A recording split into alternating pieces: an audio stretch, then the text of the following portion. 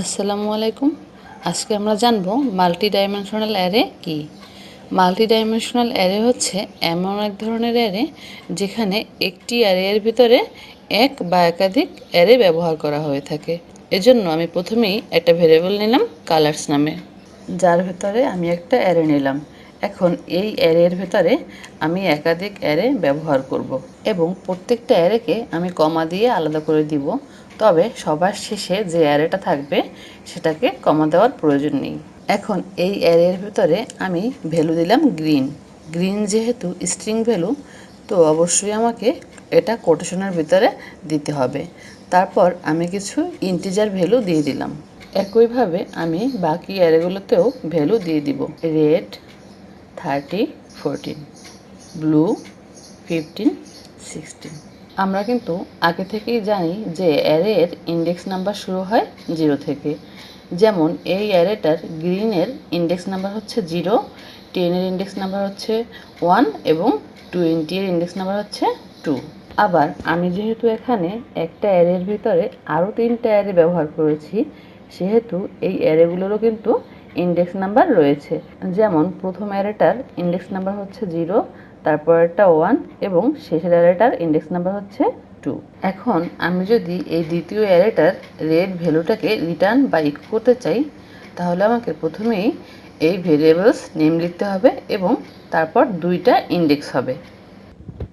আমরা প্রথম ইন্ডেক্সটা ব্যবহার করব এই অ্যারের ইন্ডেক্স হিসাবে এবং দ্বিতীয় ইন্ডেক্সটি ব্যবহার করব এই অ্যারের ভ্যালুগুলোর ইন্ডেক্স হিসাবে। এখন আমি যেহেতু এই অ্যারের রেড ভ্যালুটাকে রিটার্ন করতে চাই, সেহেতু আমার এই অ্যারেটার ইন্ডেক্স নাম্বার হচ্ছে 1, আমি এখানে 1 দিলাম এবং এই রেড ভ্যালুয়ের ইন্ডেক্স নাম্বার হচ্ছে 0, আমি 0 দিয়ে দিলাম। শেষে একটা সেমিকোলন দিতে হবে। এখন আমি যদি এটাকে এড করি এবং রিফ্রেশ দেই, তাহলে কিন্তু এই রেড ভ্যালুটাকে দেখতে পাচ্ছি। আমি ব্রাউজারটাকে একটু জুম ইন করে নিচ্ছি। এখন আমি যদি ইন্ডেক্স নাম্বার চেঞ্জ করে দিই, আমি অ্যারের ইন্ডেক্স নাম্বার দিলাম 0 এবং ভ্যালুয়ের ইন্ডেক্স নাম্বার দিলাম 1।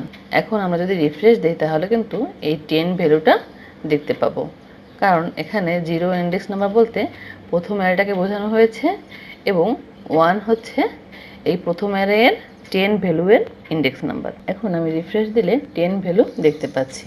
এবার আমি যদি পুনরায় ইন্ডেক্স নাম্বারগুলো চেঞ্জ করে দিই, তাহলে কিন্তু 60 ভ্যালু দেখতে পাচ্ছি, কারণ এই প্রথম 2 হচ্ছে আমার শেষের অ্যারের ইন্ডেক্স নাম্বার এবং এই শেষের 2টা হচ্ছে আমার এই অ্যারের 60 ভ্যালুয়ের ইন্ডেক্স নাম্বার। এখন আমি যদি ভ্যালুয়ের ইন্ডেক্স নাম্বার চেঞ্জ করে 0 দিই এবং রিফ্রেশ দিই, তাহলে কিন্তু এই ব্লু ভ্যালুটা রিটার্ন করেছে, কারণ 2 হচ্ছে আমার এই শেষের অ্যারের ইন্ডেক্স নাম্বার এবং 0 হচ্ছে এই ব্লু ভ্যালুয়ের ইন্ডেক্স নাম্বার। তো আশা করছি নিশ্চয়ই বুঝতে পেরেছেন যে কিভাবে মাল্টি ডাইমেনশনাল অ্যারে কাজ করে থাকে। তবে জেনে রাখা ভালো যে বাস্তব ক্ষেত্রে 3টা এর বেশি অ্যারে একসাথে পরিচালনা করা একটু ডিফিকাল্ট হয়ে পড়ে। আমরা মাল্টি ডাইমেনশনাল অ্যারেকে কলাম এবং রো এর মাধ্যমে প্রিন্ট করতে পারি।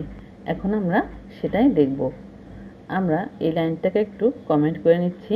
এখন আমি প্রথমেই লিখব for first bracket open close, second bracket open close.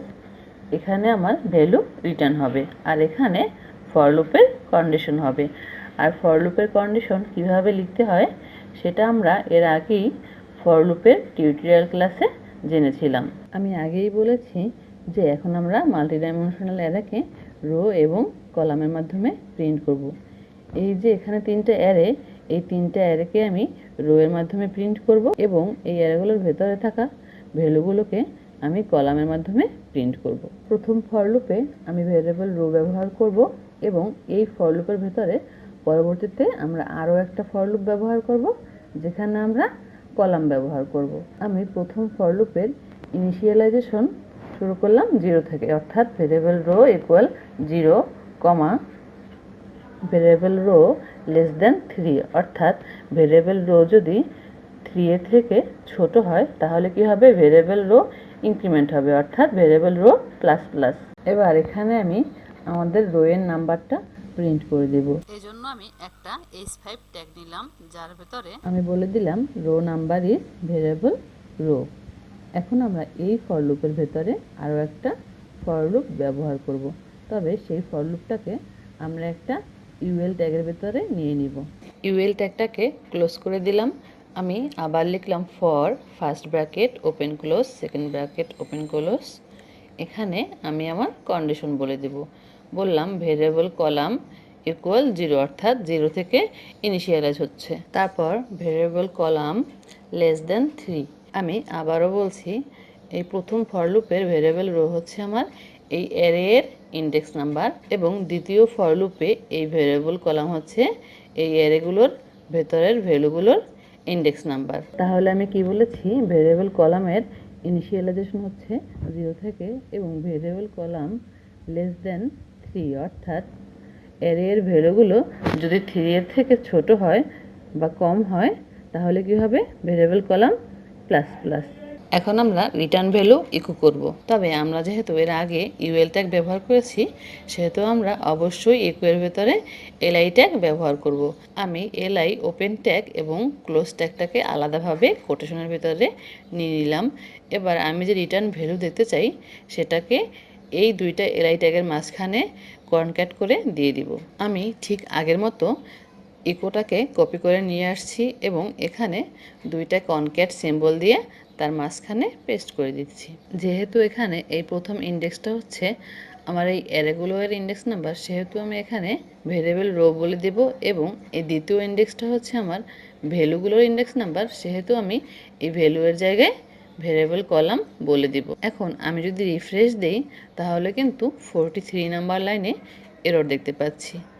আমি এখানে ফর লুপের ভেতরে কমা সিম্বল ব্যবহার করেছি, যেখানে সেমিকোলন হবে আমি সবগুলোকে সেমিকোলন করে দিচ্ছি, এবং দ্বিতীয় ফর লুপের ভেতরেও আমি কমা চেঞ্জ করে সেমিকোলন করে দিচ্ছি। এখন আমি যদি রিফ্রেশ দেই তাহলে কিন্তু রো এবং কলাম ওয়াইজ এই মাল্টিপল অ্যারে এর রিটার্ন ভ্যালু দেখতে পাচ্ছি।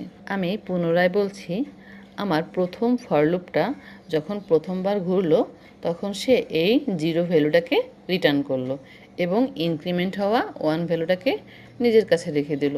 পরবর্তীতে আবার সে এই 1 ভ্যালুটাকে রিটার্ন করলো এবং ইনক্রিমেন্ট হওয়া 2 ভ্যালুটা নিজের কাছে রেখে দিল। এর কারণ আমরা কিন্তু আগেই জানি যে ফর লুপ হচ্ছে পোস্ট ইনক্রিমেন্ট লুপ, অর্থাৎ ঠিক যেভাবে ফর লুপ কাজ করে থাকে। এবং একইভাবে আমার এই দ্বিতীয় ফর লুপটা তার কন্ডিশন অনুযায়ী এবং তার ইন্ডেক্স নাম্বার অনুযায়ী এখানে ভ্যালু রিটার্ন করেছে।